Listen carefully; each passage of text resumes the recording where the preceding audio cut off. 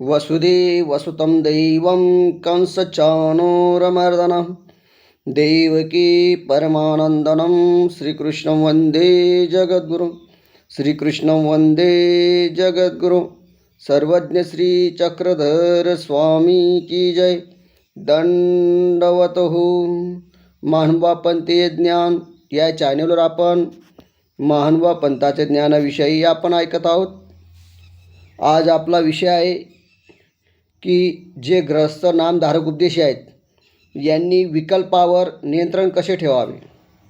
विकल्प म्हणजे कल्प अकल्प करणे, श्रेष्ठ कनिष्ठता भाव असणे, याच्यावर नियंत्रण कसं ठेवावे या विषयावर आपण बोलणार आहोत. जे जसे आहे तसे जाणणे म्हणजे ज्ञान. परमेश्वराने सांगितलेलं आहे की जी वस्तू जशी आहे तशी जाणणं याला ज्ञान म्हणावं. जशी खुर्ची पाहिली तर त्याला खुर्चीच म्हणावं. जसं टीव्हीला टीव्हीचाच उच्चार करावा, मनुष्याला मनुष्यच म्हणावं, देवताला देवताच म्हणावे, परमेश्वराला परमेश्वरच म्हणावा, जीवाला जीवच म्हणावं, प्रपंचाला प्रपंचच म्हणावं. हे जसं आहे तसं जाणणं म्हणजे ज्ञान आहे. जी वस्तू जशी आहे तशी जाणणं म्हणजे प्रतीती पंथ. जी वस्तू जशी आहे तशी जाणणं याला ज्ञान म्हणतात. म्हणून जसे आहे तसे जाणणं हे ज्ञान आहे. आणि जसे न जाणणं म्हणजे टीव्हीला जर आपण खुर्ची म्हणत असाल किंवा मनुष्याला मनुष्य असेल तर त्याला जर तुम्ही स्त्री म्हणत असाल किंवा देवता असेल त्याला परमेश्वर म्हणत असाल तर हे अन्यथा ज्ञान आहे. अन्यथा म्हणजे आनाते आन म्हणणे म्हणजे श्रेष्ठला कनिष्ठ, कनिष्ठला श्रेष्ठ असा जर समान भाव ठेवून ह्या गोष्टी जर तुमच्यामध्ये असतील तर त्याला अन्यथा ज्ञान म्हणतात. म्हणून महानुभा पंथामध्ये जे काही नामधारकापासून तर परमेश्वराचे ज्ञानी आहेत या सर्वांना ज्ञानाची फार आवश्यकता आहे. म्हणून जसे आहेत तसे ज्ञान जाणणं याला ज्ञान म्हणतात. आणि याच्या विपरीत जे आहे ते अन्यथा ज्ञान आहे. म्हणून त्याचप्रमाणे परमेश्वराला परमेश्वर म्हणणे हे सुद्धा ज्ञान आहे. तर देवता शक्तीच्या ठिकाणी ईश्वर भावना धरणे म्हणजे ज्या व्यक्तींना ज्ञान नाही आहे आणि ते अज्ञान असल्यामुळं ते काय करतात, काही आपले उपदेशीसुद्धा आहेत, नामधारकसुद्धा आहेत की ज्यांना काही ज्ञान नाही आहे म्हणून ते देवता पदार्थाला जाणू शकत नाही. देवता किती आहेत, देवतांच्या ठिकाणी काय सामर्थ्य आहे, किती त्यांचं क्षेत्रफळ आहे, कोणत्या देवता किती कोणत्या कोणत्या थोव्यामध्ये आहेत, असं त्याला कोणत्या देवतेपेक्षा कोणती देवता श्रेष्ठ आहे, श्रेष्ठ कनिष्ठ करता करता पूर्ण परमेश्वर किती वर आहे याचं ज्ञान त्याला नसल्यामुळं तो देवता शक्तीच्या ठिकाणी ईश्वर भावना धरतो. असं त्याचा अज्ञानाचं कारण होतं. आणि जे नामधारक नाही आहेत त्यांना तर सांगायची गरजच नाही. ते अज्ञान असल्यामुळं ते देवताच्या ठिकाणी ईश्वर भावना धरतात. ते त्यांचं अन्यथा ज्ञान आहे. म्हणून देवताच्या ठिकाणी ईश्वर भावना धरणे हे अन्यथा ज्ञान म्हणजे ज्याला विकल्प म्हणतात. म्हणजे श्रेष्ठ कनिष्ठ आनाते आन म्हणणे. जी देवता आहे तिला देवताच म्हणावं, परमेश्वराला परमेश्वर म्हणावं. परंतु ते अज्ञानमुळे ते अन्यथा ज्ञान त्याला जन्माला येतं. आणि ते अन्यथा ज्ञान म्हणजे देवतालाच परमेश्वर समजतो हा विकल्प आहे. म्हणजे अशी भावना जर अंतःकरणात आली तर ती येऊ देऊ नये. म्हणजे नामधारकपासून जे काही ज्ञानी आहेत त्या सर्वांच्या अंतःकरणामध्ये अशी भावना येऊ देऊ नये. यालाच विकल्पाची नियंत्रता म्हणतात. विकल्पाला नियंत्रण करणे म्हणजे काय, त्याच्यासाठी आपल्याला काय करावं लागेल, ज्ञान करावं लागेल. कारण बोध झाला नाही, बोध जोपर्यंत होत नाही, जीव देवता प्रपंच परमेश्वर याचा बोध जोपर्यंत होत नाही तोपर्यंत तुम्हाला ही जी काही गुंतागुंती आहे चारी पदार्थांची किंवा देवतालाच परमेश्वर का म्हणू नये, देवताचाच प्रसाद का खाऊ नये, देवताच्या मंदिरात का जाऊ नये, तिथं थुंकू का नाही, तिथं लघवी का करू नये, अशा ज्या काही अनेक प्रकारच्या आपल्या ज्या शंका आहेत किंवा देवताच्या पदार्थाने जे काही कार्यक्रम असतील, देवताच्या निमित्ताने जे जे काही तिथं कार्यक्रम होत असतील, श्राद्ध वगैरे असेल, लग्न भावना असतील किंवा कोणाचा दसवा असेल, तोरण मंडळ असेल, असे प्रकारचे अनेक प्रकारचे सण असतील, या जे काही देवताच्या निमित्ताने जे केले जातात जे सण, त्या ठिकाणीचा का खाऊ नये हा जो काही अनेक प्रकारची शंका आहे, ही शंका आपल्याला ज्ञानाशिवाय होऊ शकत नाही. म्हणून चारी पदार्थाचे ज्ञान आपण करणं आपलं कर्तव्य आहे. म्हणून अशी भावना आपण येऊ देऊ नये. आणि त्यालाच विकल्पावर नियंत्रण करतात. तर गृहस्थ आश्रमाचे जे आहेत, नामधारक जे आहेत, त्याची जी काही विकल्पावर नियंत्रण आहे ती विधियुक्त काटेकोर आचरण, ज्याने काटेकोरप्रमाणे आचरण केलं, जसं उपदेश घेतल्यानंतर काय काय आचरण करावं, सप्तव्यसनाचा त्याग करावा, देवता भक्तीचा त्याग करून अनन्य गती एका परमेश्वराला शरण यावे, असं ज्यावेळेस आपण विधियुक्त ज्यावेळेस काटेकोर आचरण करू त्यावेळेस आपण खरे उपदेशी नामधारक आहोत. म्हणून कर्मधर्म विधी विको, या ठिकाणी जे जे काही कर्म आहे त्या कर्माच्या सुद्धा परमेश्वराप्रतीच कर्म केलं पाहिजे.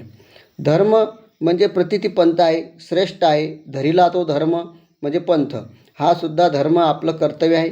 विधी म्हणजे देवताचा जसं विधी आहे की अमक्या दिवशी हे करा, अमक्या दिवशी ते करा, उपास करा, तापास करा, अमक्या दिवशी करा, हे करणंसुद्धा मानवापंथी नसतो. मानवापंथामध्ये उपाससुद्धा केला जात नाही, तो विधी आहे देवताचा. आणि तो विधी देवताचा इथं मानवापंथामध्ये केला जात नाही, म्हणून विधीला खूप महत्त्व आहे. इथं फक्त बलवत्तर विधी म्हणजे जो विधी ज्या निमित्ताने ज्या वेळेस प्राप्त होईल तो करायला पाहिजे. म्हणून कर्मधर्म विधी, इथं विधी अनुष्ठान वगैरे नाही, भाव किंवा असं नाही, तर इथं परमेश्वराने जे सांगितलं तोच विधी करायला पाहिजे. असा कर्मधर्म विधी विखो, विखो म्हणजे विषय, या विषयावर सुद्धा आपण विकारावर सुद्धा नियंत्रण ठेवलं पाहिजे. आणि असा परिच्छेद करून परमेश्वराला शरण जायला पाहिजे. खरं परमेश्वराला शरण जाणारा कोण आहे, तर ज्याला परमेश्वराबद्दल आवड आहे, आपलं आत्माचं कल्याण आपल्याला करायचं आहे, जन्ममरण आपलं चुकवायचं आहे, परमेश्वराची प्राप्ती करून घ्यायची, तो खरा परमेश्वराला शरण जातो. म्हणून जे गृहस्थ आश्रमी आहेत, नामधारक आहेत, पुष्कळ वेळा ते काय करतात, देवी देवतांच्या मंदिरात जाण्याचा प्रसंग येतो. कारण आपण उपदेश जरी घेतलेला असला तरी आपल्याला अन्य लोकांमध्ये, समाजामध्ये, परिवारामध्ये फिरावं लागतं. आणि त्या परिवारामध्ये काही उपदेशी असतात, काही उपदेशी नसतात. त्यावेळेस जे उपदेशी नसतात त्यांच्याकडं आपल्याला त्या देवी देवतांच्या मंदिरात जाण्याचा प्रसंग येत असतो. परंतु आपण त्यावेळेस काय करायला पाहिजे, कारण नातेवाईकांकडे धार्मिक कार्यक्रमासाठी जावं लागतं. तर अशा वेळी मला चालत नाही असे म्हणून त्यांचा अपमानही करू नये. त्यावेळेस आपण काहीतरी निमित्त करावं आणि त्यावेळेस आपला व्यवहार पाडावा आणि त्यांनाही नाराज होऊ नये, म्हणून आपल्याला दोषही लागू नये. तर असं जर तुम्ही त्यांना म्हणून दिलं, काही गोष्टी बोलून दिल्या वाईट, तर ते सुद्धा साधू संतांचा, त्यांचं साधू संत असतील त्यांचाही अपमान होईल किंवा ते देवी देवतांच्या ठिकाणी अपमान होईल, त्या लोकांचंही मन दुखेल. परंतु त्यांच्यावर आपण काय करायची, हे सर्व आपण व्यवहार पाडून आपण दूर व्हावं आणि आपला धर्म जपावा, न बोलता काही न कार्य करता आपलं आचरण करावं. आणि ज्या वेळेस त्यांची जर भावना वाढली की या पंथाबद्दल मला सांगा, तर त्याच वेळेस आपण त्यांना ज्ञान सांगावं आणि असं जपन करायला पाहिजे. म्हणून असं जर आपण ईश्वर भावना, परंतु त्यांच्यावर ईश्वर भावना मात्र येऊ देऊ नये, त्या देवतांवर मात्र ईश्वर भावना येऊ देऊ नये, आपला धर्म पाळावा.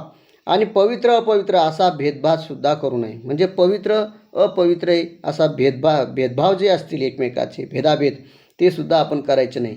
किंवा शुद्ध अशुद्ध, हा शुद्ध आहे हे अशुद्ध आहे, किंवा देवता या खाली आहेत वर आहेत, असा आपण जो मनात भेदभाव आहे हे सुद्धा आपण भेदभाव करायचा नसतो. उचनीच असा भावसुद्धा मनात आणू नये. आपला परमेश्वर श्रेष्ठ आहे, फक्त परमेश्वर श्रेष्ठ आहे हे मानावं आणि आपण कोणाचं मन दुखू नये, कोणाचं याच्यामध्ये आपण कार्य करू नये आणि आपल्याला व्यवहार सांभाळून प्रेमानं त्यांच्याशी बोलून आपण दूर व्हावं. कारण तुम्ही जर त्यांच्याशी वाद केला तर ते वाद वाढत जाईल, ते देवतेलाही खंती येईल, परमेश्वरालाही खंती येईल आणि त्याच्यामुळे वैरत्व निर्माण होईल, पंथाबद्दल वैरत्व निर्माण होईल, हा पंथ असा आहे तसा आहे. म्हणून असं जर आपल्याला दोष लागत असतील तर त्यापेक्षा आपण चुप्प बसलेलं फार महत्त्वाचं आहे. तर अशा प्रकारे देवता प्रसादाच्या अवहेर चातुर्याने टाळावा. जर एखाद्याने प्रसाद दिलाच तर तो आपण त्यांना प्रतिसाद न देता तो गुपचूप जर घेतल्यानंतर तो आपण ठेवून द्यायचा आणि तो टाळता आला तर आपण ठीक आहे, आपल्या बुद्धिमत्तेने आपण टाळू शकतो, पण भक्षण करू नये. भक्षण केलं तर तुमचं नुकसान होणार आहे हे पक्का आहे. किंवा कारण त्या प्रसादावर त्या देवतेची सामर्थ्य आहे आणि देवताचं सामर्थ्य असल्यामुळे त्या अंतःकरणामध्ये तुमच्या त्या देवताच्या भावना तिथं ती देवता तुम्हाला निर्माण करेल आणि परमेश्वरावर बुद्धी काढेल आणि तुमचं आचरण मिळून जाईल. किंवा त्या प्रसादाचा अनादर होईल असंही वागू नका. एखाद्याने प्रसाद दिला तर त्याचा अनादर करायचा नाही, फेकून द्यायचा नाही किंवा त्याला सांगायचं नाही की मला चालत नाही प्रसाद नाही, असं तसं बोलले तर ते सुद्धा आपल्याला वावगं होईल आणि ते त्यांचं मन दुखेल. तर अशा प्रकारे आपण व्यवहार पाडायला पाहिजे. त्यानंतर एखादी देणगी द्यायची असेल, दक्षिणा द्यायची असेल किंवा एखादा द्रव्य द्यायचे असेल पूजा ही ईश्वर बुद्धीनेच आपण कृष्णार्पण म्हणून करायला पाहिजे. जसा टाळता येईल तर टाळायला पाहिजे, परंतु 100% जर टाळता येत नसेल तर कृष्णार्पण म्हणून देऊन टाकायची. त्याचा विचार करायचा नाही की मला या दिल्याने पुण्य लागेल का, मला हे लागेल का ते लागेल, कारण व्यवहाराबुद्धी आहे म्हणून ते काहीही करू दिल्यानंतर. आणि त्यानंतर तुम्ही त्या ठिकाणी जर टाळता आलं की नाही द्यायचं आहे म्हणून तुम्ही सुद्धा त्या ठिकाणी तुम्ही व्यवहार पाडायचा आहे, पण मन दुखून हे व्यवहार करायचा नाही. तर त्याबद्दल पुण्याची अपेक्षा करायची नाही. विकल्पजन्य म्हणजे जिथले अन्न ग्रहण करू नये. कारण ज्या ठिकाणी जर असा देवताचा विधी चालत असेल तर त्या ठिकाणी गेल्यानंतर तिथलं जे अन्न आहे ते तुम्ही ग्रहण करू नका. कारण तिथं जर तुम्ही ग्रहण केलं तर तुमचा तिथं काय होणार, नुकसान होणार आहे. म्हणून प्रसंग पडला, जर प्रसंग पडलाच त्या ठिकाणी तर प्रकृती अनावस्था आहे, म्हणजे माझी तब्येत बरोबर नाही, मला हे पथ्य आहे, मी उपवास केलेला आहे ना, असं नकली नाटक करून काहीतरी सांगून औषधी पथ्य म्हणून टाळायला पाहिजे. आपला तो व्यवहार आहे. आणि आपण जर तिथं कोणी काही सांगितलं आणि खातच राहिलो असं कोणी न सांगता आपण खात राहिलो तर मात्र आपण उपदेशी आहोत, नामधारक आहोत हे विसरून जायचं. कारण देवताजनित विकल्प तुम्हाला घडणार. तुम्ही धड परमेश्वराचे नाही, देवताची बी राहणार नाही, तुम्हाला कोणीच पत्रात घेणार नाही, तुमचं नुकसान झाल्याशिवाय राहणार नाही. त्यावेळेस बोलायचं नाही, परमेश्वराला दोष द्यायचा नाही. आपली चूक आहे, आपण चुकतोय आणि परमेश्वराला आपण दोष देत आहे. म्हणून उपदेश घेतल्यानंतर माझं उलटं होतं आहे, उपदेश घेतल्यानंतर मी गरीब होतो आहे किंवा नुकसान होतं आहे असं म्हणायचं नाही. उपदेश घेतल्यानंतर कोणाचंही वाईट होत नाही, परमेश्वर कोणाचंही वाईट करत नाही. वाईट मात्र आपलं आचरण करतं. आपण चुकीचे पुतळा आहोत, म्हणून आपल्याकडून आचरण होत असेल तरच आपण सर्व प्रकारे परमेश्वर प्राप्त करून घ्यावा, परमेश्वरासाठी उपदेश घ्यावा. नाहीतर नावाने उपदेश घेऊन किंवा कोणाचे पाहून उपदेश घेऊन किंवा परंपरेने उपदेश आहे म्हणून उपदेश घ्यावा हे पथ्य आपण करायचं नाही. ज्ञान पहिले घ्या, पहिले त्या पंथाचं नॉलेज घ्या, त्याच्यामध्ये फिरा, अनुभव घ्या आणि मग महानुभाव बना आणि मग उपदेश घ्या. तुम्ही कधीही पतन तुमचं होणार नाही. म्हणून या बाबीवर इतर लोकांची टीका सहन करावी लागते. कारण तुम्ही जर कसे मानभाव पंथामध्ये उपदेश घेतला तर अन्य लोक तुम्हाला फार मोठं काही ना काही बोलत असतात आणि त्या बोलण्यामुळे तुमची ज्या टीका करतात तुम्हाला ते सहन करावे लागतात. तेव्हा आमचा धर्म श्रेष्ठ आहे हे लक्षात असू द्यायचं. परमेश्वर श्रेष्ठ आहे, परमेश्वराचं आचरण श्रेष्ठ आहे, परमेश्वर प्राप्ती श्रेष्ठ आहे हे आपल्या लक्षात सतत असू द्यायचं. त्यांनी किती काही बोललं तरी आपण सहन करायचा आणि तो सहन तुम्ही जेवढं कराल तेवढा परमेश्वराला खुशी होईल आणि तो आमचा श्रेष्ठपणा राहील. म्हणून त्यांच्याशी वाद घालू नये. त्यांच्याशी जर भांडणी केल्या, वाद घातल्या तर अनेक प्रकारचे दुःख निर्माण होतात. म्हणून धर्मासाठी स्वामींच्या आदेशानुसार 7-5चा सासुरवाद सहन करावा लागेल. जसं प्रपंचासाठी आपण 7-5चा सासुरवाद सहन करतो, सासू सुनेचा असतील, घरापरिवाराचा असतील, समाजाचा असेल, परिवाराचा आपण सासुरवाद सहन करतो. इथं ईश्वराला आपल्याला प्राप्त करून घ्यायचे, आपल्या आत्म्याचे कल्याण करून घ्यायचे. तर 7-5चा सासुरवाद तर सहज सहन करावा लागेल. कोणीही मनुष्य काही म्हटलं तरी त्यांच्या मागं कधी लागायचं नाही. आपण आपला देवधर्म करावा, आपला धर्माचे आचरण करावे, आपले कल्याण करून घ्यावं. यालाच गृहस्थ धर्माची विकल्पावर नियंत्रण ठेवण्याची ही स्थिती आहे. म्हणून विकल्पावर नियंत्रण कसं ठेवावं या विषयावर आपण ऐकलेलं आहे. म्हणून आपला प्राण जाय पण वचन ना जाय, अशा प्रकारे आपलं परमेश्वराला आपण वचन दिलेलं असतं. ज्यावेळेस आपण उपदेश घेतो त्यावेळेस आपण तिथं संकल्प सोडतो की मी आजपासून देवताभक्ती आणि सप्तव्यसनाचा त्याग आणि मी जे काही उपास तापास असतील ते सर्वांचा मी संकल्प सोडतो आणि एका परमेश्वराला अनंगती शरण जातो. आजपासून मी फक्त परमेश्वर जे सांगतील त्याचेच आचरण करेल. आणि जर परमेश्वराचं ज्ञान आपल्याला पाहिजे असेल तर साधू संतकडं आपल्या गुरुजनांकडून आपण विचारून तसंच आपण आचरण करावं. आणि असं आचरण जर केलं तर तुम्ही खरे कट्टर उपदेशी आहात.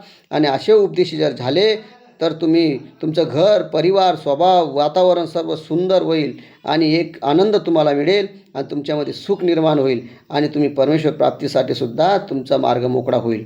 म्हणून किती संकट आले तरी परमेश्वराला कधी सोडायचं नाही, परमेश्वर भक्तीला सोडायचं नाही आणि परमेश्वराच्या आचरणाला तर नक्कीच सोडायचं नाही. त्यामुळे तुमचं फार मोठं कल्याण होणार आहे.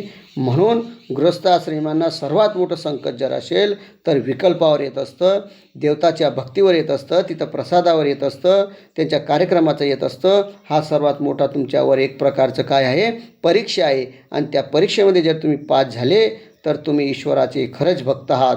म्हणून माणसानं उपदेश घेतल्यानंतर मिश्र भक्ती करू नये. मिश्र भक्ती जर तुम्ही करत असाल तर तुम्ही नामधारक नाही, तुम्ही उपदेशी नाही. तुम्ही पहिलेच उपदेश घेतानाच पहिले विचार करून घ्यायला पाहिजे होतं हे सर्व मला सोडावंच लागेल. म्हणून चुपचाप किंवा कोणाला न सांगता, कोणाला न समजता आपण जर देवता भक्ती करत असाल, उपदेश घेतल्यानंतर ते तुमचं नुकसान होणार आहे. तुम्ही या नरकापासून कधीही वाचणार नाही. म्हणून जर क्लिअर आचरण तुम्ही जर कधी स्वामींनी सांगितल्याप्रमाणे जर तसं आचरण जर तुम्ही पक्कं केलं तर तुम्ही मोक्षमार्गावर गेल्याशिवाय राहणार नाही. तुमचा परिवार बी सुखी होईल. तुमचं पिढी जी पुढची पिढी येणार आहे तिला संस्कार निर्माण होईल. ते सुद्धा देवधर्म करतील आणि ते सुद्धा या धर्माला लागून आपलं आचरण करतील. म्हणून आपण जर आचरण केलं, मोठ्याने आचरण केलं तर जे काही लहान असतात ते सुद्धा आचरण करतात. अशा प्रकारे आपण जर आईवडिलांनी आचरण केलं तर पोरंही करतील, पोरांनी आचरण केलं तर त्यांचे पोरंही करतील. अशी जी काही पिढी परंपरा आहे ती सुद्धा आपल्या आचरणामुळे तेही आपलं आचरण श्रेष्ठ पाहणार आणि तसेच ते आचरण करणार आणि गुरु केल्यानंतर त्यांचंही कल्याण करून घेणार. तर असं पिढीनपिढी आपलं आचरण व्हावं, शुद्ध व्हावं, आपली पिढी चालावी, परमेश्वराची भक्ती व्हावी, सर्वांनी सुखी राहावं, कोणतंही व्यसन लागू नये, आपल्याला आपला परिवार सुखी ठेवावा, यासाठी हा पंथ श्रेष्ठ आहे. या श्रेष्ठ पंथाचं ज्ञानही श्रेष्ठ आहे, यांचं आचरणही श्रेष्ठ आहे. ते आचरण आपण पालन करावं आणि आपल्या आत्म्याचं कल्याण आपण करून घ्यावं. हेच या ठिकाणी परमेश्वरसुद्धा आपल्याला आत्म्यासाठी सांगत आहेत. तर अशा प्रकारे विकल्पावर या विषयावर आपण बोललेलो आहे. पुढचा विषय आपण पुढच्या भागामध्ये घेऊ. दंडवतः सर्वज्ञ श्री चक्रधर स्वामी की जय.